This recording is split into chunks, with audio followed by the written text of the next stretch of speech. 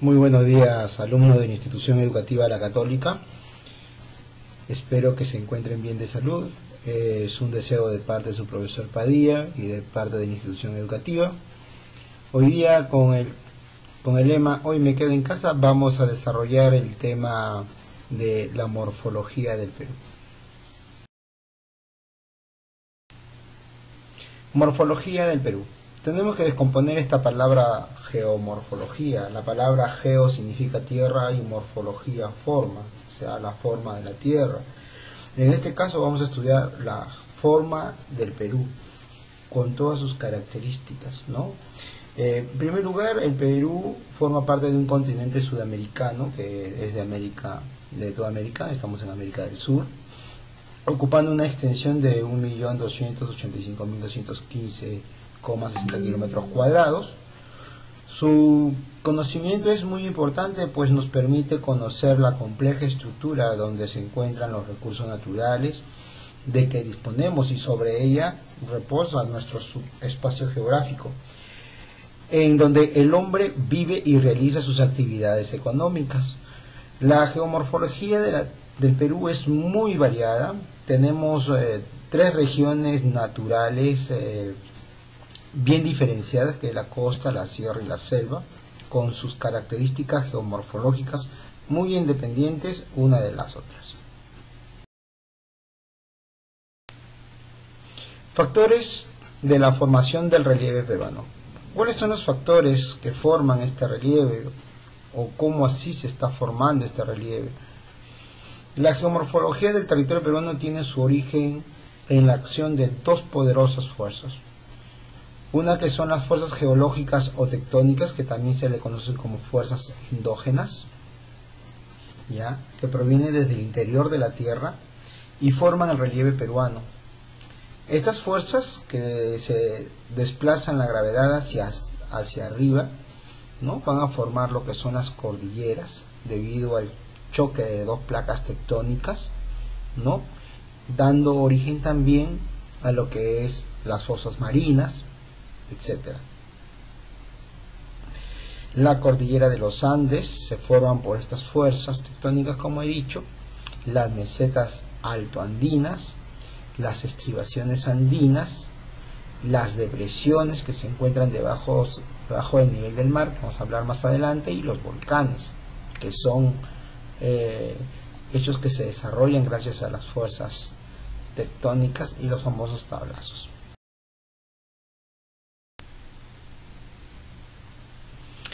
Las fuerzas geográficas exógenas, o sea, de afuera, son fuerzas que actúan desde el exterior del relieve peruano, ¿no? Estas fuerzas exógenas van a ser los vientos, los ríos, el mismo hielo, ¿no?, la radiación solar también, los agentes geográficos como son el hombre, ¿no? El principal agente modelador del territorio peruano va a ser el agua, sus ríos y sus deshielos.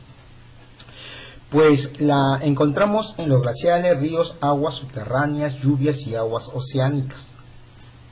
Su acción erosiva da origen a las quebradas, cañones, pongo, valles, nudos, etc. La geomorfología submarina. El fondo submarino presenta variados accidentes geográficos.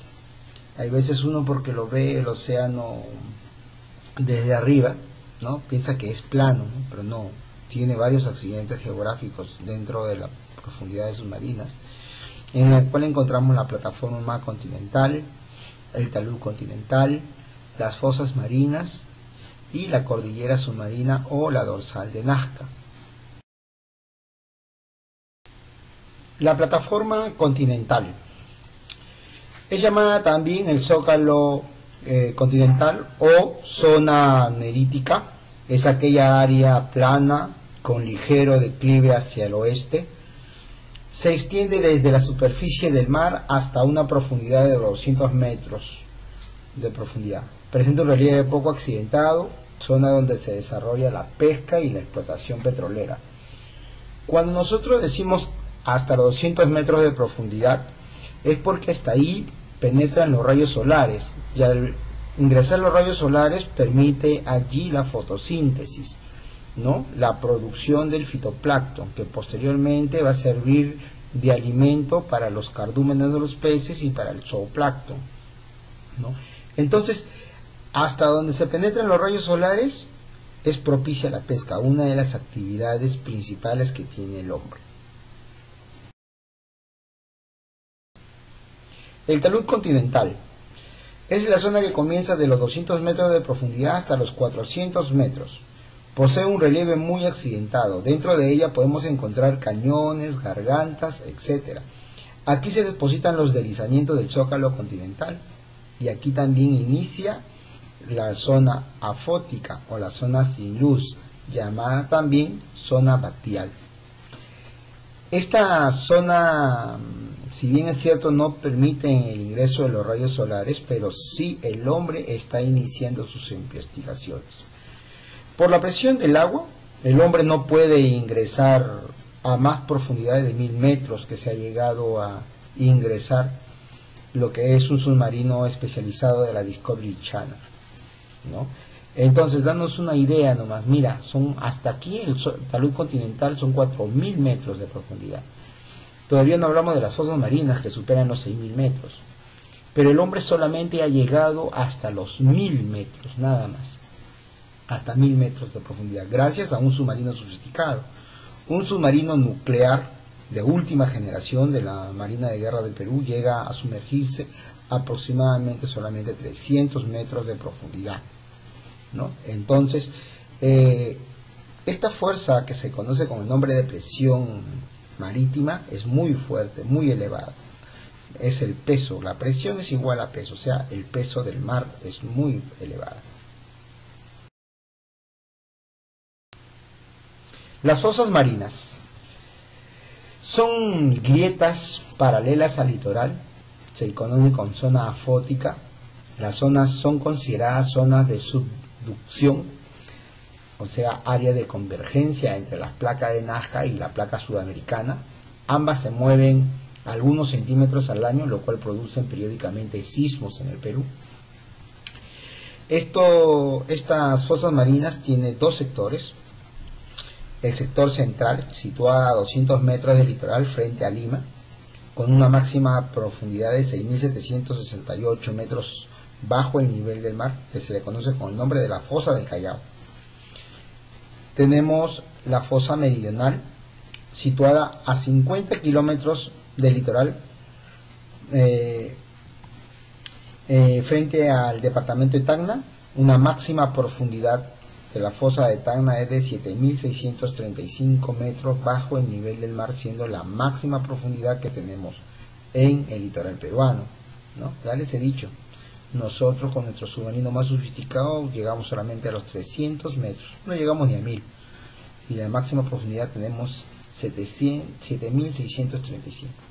Por eso es que se dice de que el hombre conoce más del universo que su propio planeta, porque no ha llegado a investigar las profundidades oceánicas.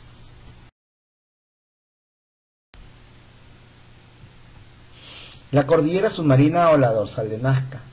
La cordillera submarina se ubica a 150 kilómetros de la costa en la costa de Ica. Interrumpe la continuidad de las fosas. Posee una longitud de 900 kilómetros, llegando hasta la isla de Pascua en Chile. Está en constante crecimiento debido a la actividad orogénica y hiperogénica. Con el paso de millones de años va a emerger a la superficie. La geomorfología de la costa. De Tumbes hasta Tacna, la costa peruana tiene una longitud de 3.079 kilómetros. Esta región, que consiste principalmente en la zona semiárida y de desierto, cuyo ancho varía entre los 40 a 80 kilómetros y cubre un área de 136.370 kilómetros cuadrados. Sus accidentes geomorfológicos de la morfología de la costa, o sea, de nuestro territorio costeño, están compuestas por los valles, las pampas, desiertos, los tablazos, depresiones, estribaciones andinas y lomas. Los valles. Escuchen bien, el concepto de valles es el siguiente. Son áreas geográficas que son fertilizadas por un río. Esto implica donde hay un río hay un valle, y donde hay un valle hay un río. Existen tres tipos de valles: los valles interandinos, los valles de deyección y los valles encajonados. Cuando hablamos en la región costa existen los valles de deyección. ¿Qué significan valles de deyección? Normalmente cuando ustedes en el colegio le mandan a hacer en concurso de dibujo, lo primero que hacían, dos cerros, un río en el centro y luego sus áreas verdes, actividades económicas como la agricultura, la ganadería, su casita, los arbolitos y todo. ¿Qué estaban haciendo ustedes construyendo, dibujando ahí? Un valle. Pero este tipo de valle que estaban construyendo al poner dos cerros al costado es un valle interandino. Un valle interandino. Sin embargo, cuando uno habla en la costa ya no hay cerros al costado, pero está la presencia del río, así como es el río Rímac, ¿no? que cruza todo lo que es el departamento de Lima y la capital de Lima. Pasando el cerro San Cristóbal, ya no existen cerros, ¿ya? Pero sigue la presencia del río ahí. Esta presencia del río que fertiliza todo este valle del Rímac se conoce con el nombre del valle, pero es un valle de deyección, ¿no? Los valles de deyección se encuentran ya casi en la desembocadura de los ríos hacia los océanos, pero el hecho de no tener cerros no significa que deja de ser un valle, ya que los valles interandinos lo vamos a ver que es de la región sierra, pero los valles costeños se llaman valles de deyección. Las depresiones son áreas geográficas que se encuentran debajo del nivel del mar, como es en el caso de la depresión de Sechura, que se encuentra, o también llamada la depresión de Bayobre, que se encuentra a menos 34 metros debajo del nivel del mar, ¿ya? Pero no significa que está inundado, sino que son áreas geográficas que están alejadas del mar, pero se encuentran debajo del nivel del mar. Las estribaciones andinas. Hay veces cuando ustedes que habitan en el distrito de Independencia, sus comunidades que son Tahuantinsuyo, Payet, se han dado cuenta que se encuentran en la falda de unos cerros y es una cadena de montañas. Esa cadena montañosa que nosotros observamos desde el colegio o en la que ustedes habitan, no van a poder decir que es una cordillera, pero sí es una prolongación de la cordillera de los Andes, a la cual se le conoce con el nombre de estribaciones andinas. Los desiertos. El concepto de desiertos es un área estéril, que así lo riegues no produce. No vayas a pensar que solamente cuando yo agarro desiertos y se me viene a la mente el Sahara, un campo de arena. No, no. El concepto de desierto es una área geográfica estéril, ¿ya? Que así haya lluvia no va a producir, ¿ya? Debido a diferentes factores, ¿no? Por ejemplo, salinidad, elevada salinidad del área geográfica, mucho frío, porque hay desiertos gélidos, o también pura roca, como son los desiertos rocallosos en los Estados Unidos, o también los desiertos de arena de Gobi o el desierto de Sahara, ¿no? Cuando hablamos de lomas, las lomas son áreas geográficas de vegetación. Esta vegetación que podemos encontrar en las lomas es todo el año, debido a la alta humedad que existe. Es un microclima de una región de no mucha extensión, pero que tiene características propias, por ejemplo la loma de la Chay. Estas lomas de la Chay se encuentran en constante vegetación todo el año por la cantidad de humedad que existe, por la altitud que existe. Su ubicación geográfica lo permite en convertirse en un microclima muy especial, ¿no? La loma de la Chay está rodeado de puras pampas, áreas desoladas y áridas. Sin embargo, Esta loma de la Chey tiene un ojo de agua o un punto de agua donde los animales, por ejemplo, pueden beber, mientras que a sus alrededores no hay agua, ¿no? Y eso se debe gracias a la humedad que es percibida por las plantas, y esta humedad captada del ambiente por las plantas la filtran y hacen un puquio o un ojo de agua. Las pampas. Las pampas son áreas geográficas que mucho lo confundimos con los desiertos, sino que son, por falta de agua no hay vegetación. Estas áreas geográficas, si se llevan agua, pueden ser productivas para la agricultura, para la producción, para la ganadería también, muy diferente al desierto, ¿no? Que así lleves agua no vas a poder producir. Los tablazos son áreas geográficas que se encuentran en proceso de elevación.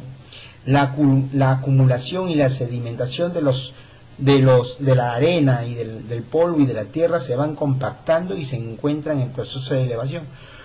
Uno de los tablazos más conocidos por ustedes es Barranco, o también Pasamayo, aquellos que ya conocen por esa zona. La geomorfología andina, nuestra serranía. La región andina está determinada por la presencia de la gigantesca cadena montañosa conocida como la Cordillera de los Andes, la cual se desplaza parte occidental de América del Sur, abarcando desde las islas de Trinidad y Tobago a 10 grados de latitud norte hasta las islas de la Tierra del Fuego con 55 grados de latitud sur en Chile, convirtiéndose la cordillera más larga del mundo. Esta cordillera aparece en la época terciaria, en la era geológica terrestre, en la era terciaria. Aproximadamente tiene 7.500 kilómetros de longitud, ¿no? Está compuesta por valles encajonados e interandinos, está conformada por nevados, volcanes. Es un sistema orográfico localizado en los Andes peruanos, resultado de grandes procesos internos de levantamiento del territorio peruano hace 70 millones de años, durante el final de la era terciaria, ¿ya?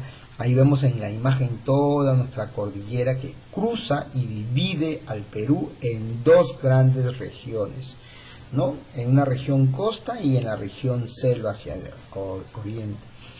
Esta cordillera de los Andes es uno de los factores que determinan el clima en el Perú.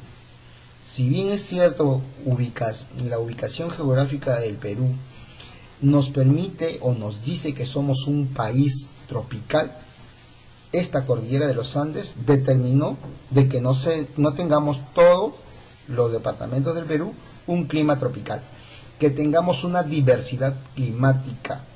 Podemos tener climas tropicales en el norte del Perú, en nuestro oriente del Perú, como también tenemos climas templados y tórridos y fríos, ¿no? Como es en Lima, templado, y en Tacna, Arequipa, frío.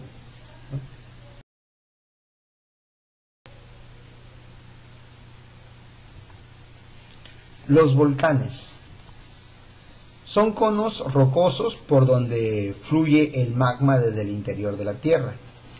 Estos volcanes tienen sus partes, como es el foco, la chimenea, ¿no? El cráter y el cono, ¿no? Los principales volcanes que encontramos en el Perú es el Coropuna, el Solimana, el Ampato, el Chachani, el más hermoso del Perú, que es el Misti, en Arequipa, el Tutupaca, el Ubinas, que recién ha estado en actividad en Tacna, el Pichu Pichu, el Sarasara, que se encuentra en Ayacucho, el Yucumani y el Tixani, ¿no? Ahí podemos ubicarles en el mapa estos volcanes. Valga la aclaración también que solamente son 5 departamentos del Perú que poseen volcanes, solamente 5 departamentos, no todos los departamentos tienen volcanes.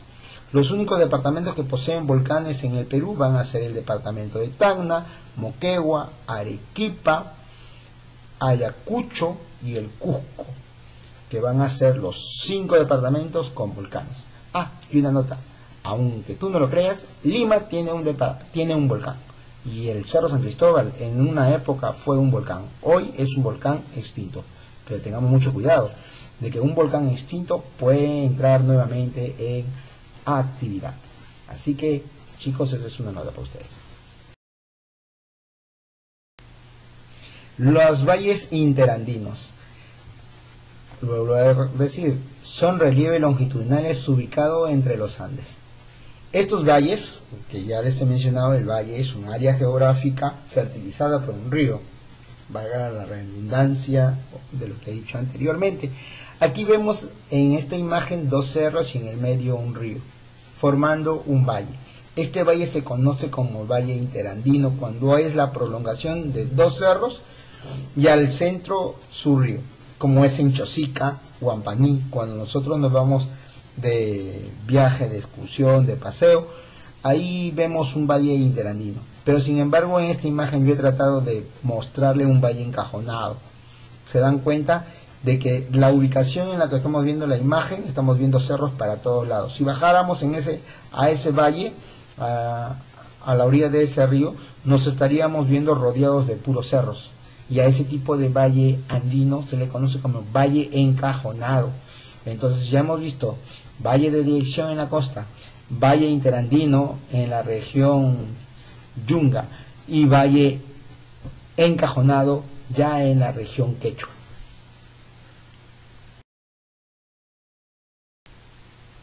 Pasos o abras. Son áreas donde se puede pasar de un lugar montañoso a otro a través de la abertura erosionada por un río. Miren, la Cordillera de los Andes es una cadena de montañas, ¿no? Así como esta cadena de montaña, por ejemplo, que esta cordillera, las estribaciones andinas que nosotros hemos visto en sus casas, ¿no? En Tahuantinsuyo, en Payé. Ustedes saben que si cruzamos ese conjunto de cerros que se encuentran ahí, nos vamos a San Juan del Lurigancho, ¿sí? Pero tenemos que subir hasta la cima para volver a bajar y llegar al distrito de San Juan del Lurigancho. Pero ¿qué sucedería si tuviéramos entre toda esta cordillera interandina un paso, o sea, una abertura, que ya no sería necesario subir hasta la cima, sino por debajo nada más? Ese fenómeno existe y se le conoce como paso y abra. Ha sido erosionada por millones de años un río. Ese trabajo del río de ir erosionando, ha llegado a quebrar la cordillera de los Andes y a hacer una abertura. Y estos pasos o abres son importantes para las comunicaciones porque va a ser una vía de comunicación por donde van a construirse las carreteras que van a unir o hacia el otro lado de los Andes. Las mesetas son relieves altos y planos formados por las fuerzas geológicas, ¿no? Son altiplanicies también conocidas las mesetas. Entre las principales mesetas que conocemos nosotros es la meseta del Collao, la más importante, ¿no? ¿Quién no conoce la meseta del Collao? Siempre hemos estudiado la meseta del Collao gracias a la cultura tiahuanaco, ¿no? Y a su famosa cultura que tienen, ¿no? Su pasaje cultural que a ustedes les gusta, como bailar la saya, bailar caporales, ¿no? Que se van de frente hasta Puno, ¿no? Y sabemos que Puno es una altiplanicie, Puno es una meseta, pero hay otras mesetas también importantes en el Perú, como es la meseta de Bombón, ¿no? Que está en el departamento de Junín, ¿no? La meseta de Castrovirreyna en Huancavelica, que es la primera productora de ganado, ¿no? De alpaca, ¿no? Y vicuña, en las cuales se extrae la mejor lana de vicuña para el mundo, ¿no?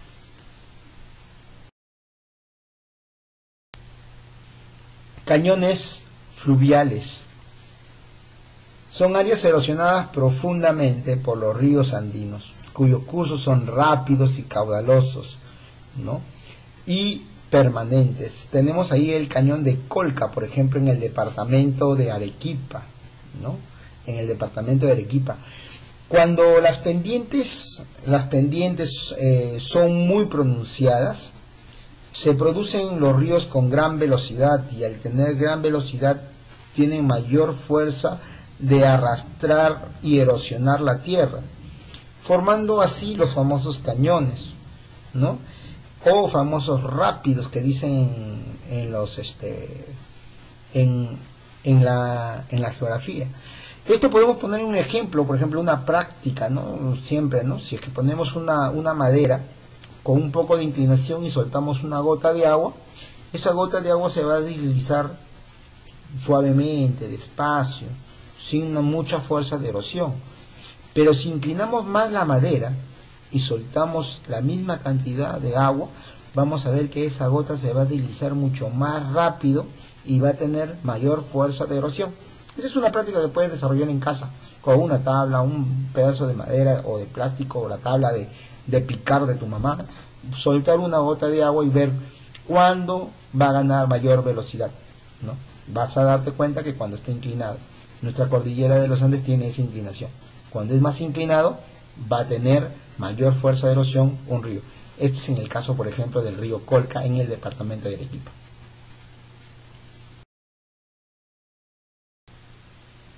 La geomorfología de la región amazónica. Nos vamos al oriente, a la selva, ¿no? A la zona calurosa del Perú.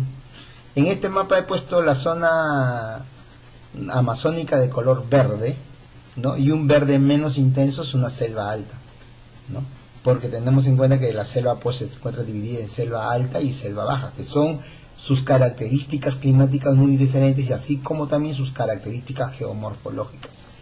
Bueno, se ubica en el lado oriental de nuestro territorio, ¿no?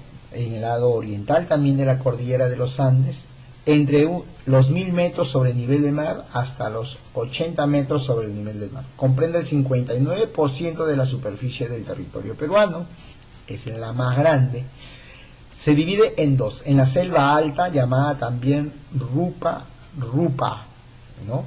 Rupa, que significa caliente, caliente, ya de donde se le pone que es la zona calurosa del Perú.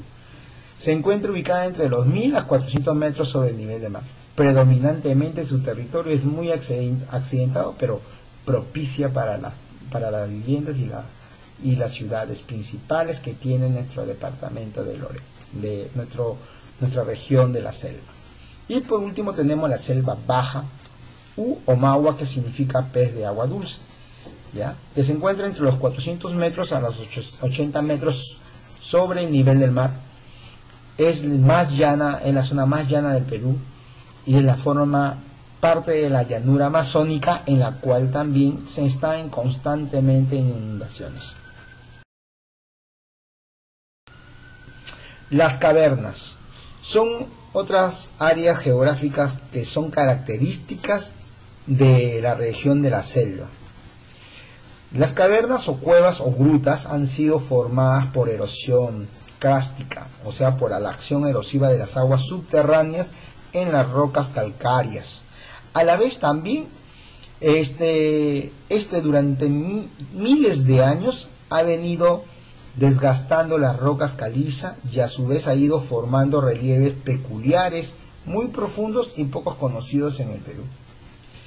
Estas cavernas que se abren en la selva, de arriba del suelo, filtran el agua en estas zonas calcáreas y a través de miles de años forman las famosas estalactitas, como lágrimas de cal que desde el techo de las cuevas se ven, y esas gotas hay veces van formando y va cayendo al suelo, ¿no? Y también forman las estalagmitas, muy parecida a la palabra, ¿no? Estalactitas y estalagmitas. Estalactitas van a ser las puntas de cal que cuelgan del techo de una caverna, mientras que estalagmitas van a ser las que se acumulan desde el suelo hasta hacia arriba, hechas de cal.